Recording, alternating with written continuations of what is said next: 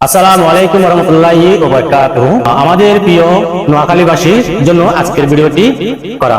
মানবিক সহজ ভাইয়ের জন্য আজকে আমি প্রবাস থেকে ভিডিওটি আপনাদের জন্য, যেহেতু একজন মানবিক অসহায় মানুষের পাশে সবসময় থাকে, সবসময় থাকবে, এমনকি সে এক নোয়াখালী আসন থেকে সেই নির্বাচনে যাবে।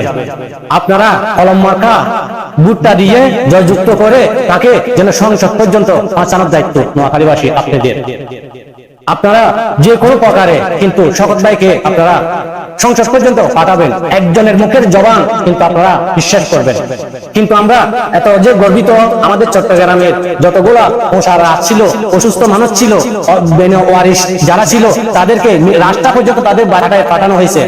যারা অসুখে বা ক্ষতি হয় বা ওষুধ পাইতেছে না খাওয়ার জন্য, বিনা ওয়ারিশ, সেখানে শওকত ভাই কিন্তু বিনা ওয়ারিশ হাসপাতালে ভর্তি করায় তাদের বাঁচাইছে। আপনারা সে সমাজবার জন্য নোয়াখালীবাসী আপনারা জাপিয়ে ধরেন, আপনারা সংসদ পর্যন্ত নেওয়ার জন্য ব্যবস্থা করেন, আপনাদেরও একদিন ধন্য হবে। এই শওকত ভাইয়ের যে দোয়া নিয়ে শপথ করছে, সে এক টাকাও খাবে না, কিন্তু অসহায় মানুষের পিছনে তার বেতনটাও দিয়ে দিবে, তার বেতনটাও দিয়ে দিবে। তাহলে বুঝে দেখেন, একজন ব্যক্তি যদি মানবিক সৎ মানুষ যদি সংসদে যায়, যদি একটা বক্তব্য রাখে, আরো এমপি সদস্যরা শুনবে।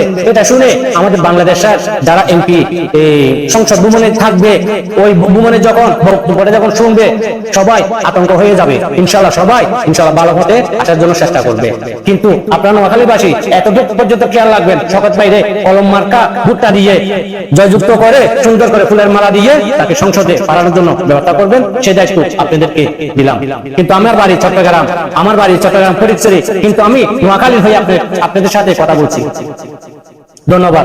শেয়ার করুন ভিডিওটি, সবাই শেয়ার করে সবাইকে দেখার সুযোগ করে দিবেন, যেন ভোটটা যেন কলম মার্কায় দেয় শওকত ভাইকে নোয়াখালী আসন থেকে।